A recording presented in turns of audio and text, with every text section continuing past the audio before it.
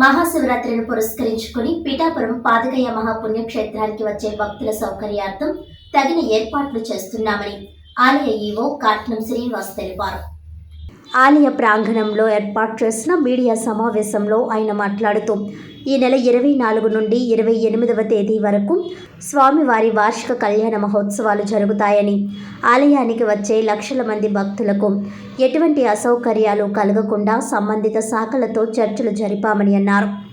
పుణ్య స్నానాలు ఆచరించే భక్తులకు రక్షణగా మత్స్యశాఖ వారి సౌజన్యంతో బోట్లను, గజ ఈతగాళ్లను, లైఫ్ జాకెట్లను ఏర్పాటు చేశామని, మెడికల్ క్యాంప్ మరియు 2 108 వాహనాలు కూడా అందుబాటులో ఉంటాయని తెలిపారు. ఓం నమ శివాయ.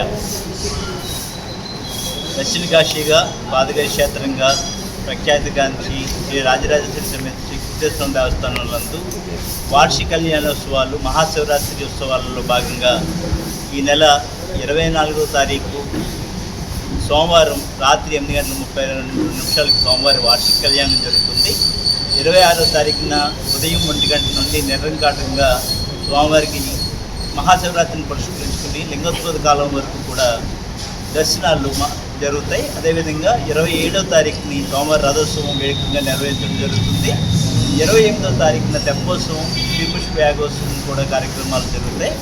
ఈ ఏర్పాట్లకు వేలాదికి తరలి వచ్చే భక్తుల యొక్క సౌకర్యాల నిమిత్తం వివిధ డిపార్ట్మెంట్లతో ఇప్పటికే కోఆర్డినేషన్ మీటింగ్లు 3 జరిగింది. ఈ రోజుని వివిధ గవర్నర్, కలెక్టర్ వారి యొక్క సమక్షంలో తుది రివ్యూ జరగడం జరిగింది. ఇవన్నీ సమీక్షించి సోమవారికి వచ్చే దర్శనానికి వచ్చే భక్తులందరినీ వాళ్ళకి వివిధమైన సౌకర్యాలను ఏర్పాట్లు చేయడం జరిగింది. ఇందులో భాగంగా పార్కింగ్ 6 ప్లేసుల్లో నిర్మించడం జరిగింది. మున్సిపాలిటీ వారి యొక్క సౌజన్యంతో 6 ప్లేసుల్లో 60 తాత్కాలిక మరుగుదొడ్లను ఏర్పాటు చేయడం జరిగింది.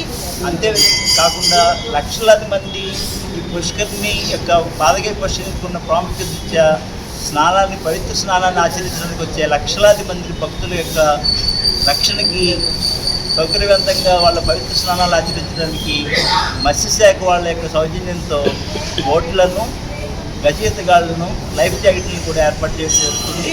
అంతేకాకుండా ఈ క్యూ లైన్లో ఉండే భక్తులకి ఎటువంటి ఇబ్బంది లేకుండా చెలువు పందిర్లను గత సంవత్సరం కంటే అదనంగా కూడా ఈ సంవత్సరం ఏర్పాటు చేయడం జరిగింది. సుమారు 300 మంది పోలీస్ శాఖ వారు, అదేవిధంగా దేవాదాయ శాఖ నుండి, ఇతర శాఖల నుంచి కూడా సుమారు 400 మంది అదనంగా కూడా ఈ సౌకర్యాలు ఏర్పరచడానికి, మనకి ఏర్పాటు చేయడానికి వాళ్ళ యొక్క సహకారం అందించడానికి ముందుకు వచ్చి ఉన్నారు. అదేవిధంగా మెడికల్ నుంచి 2 108 వాహనాలు, 2 మెడికల్ క్యాంపులు కూడా ఇక్కడ నిర్వహించడం జరుగుతుంది. వచ్చే భక్తులకి దాహార్తికి మంచినీళ్ళ ప్యాకెట్లు, అదేవిధంగా మజ్జిగ ప్యాకెట్లు ఉచిత ప్రసాదం స్వచ్ఛంద సంస్థల ద్వారా, భక్తుల ద్వారా, దేవాదాయ శాఖ ద్వారా ఏర్పాటు చేయడం జరుగుతుంది. ఓం నమ శివాయ.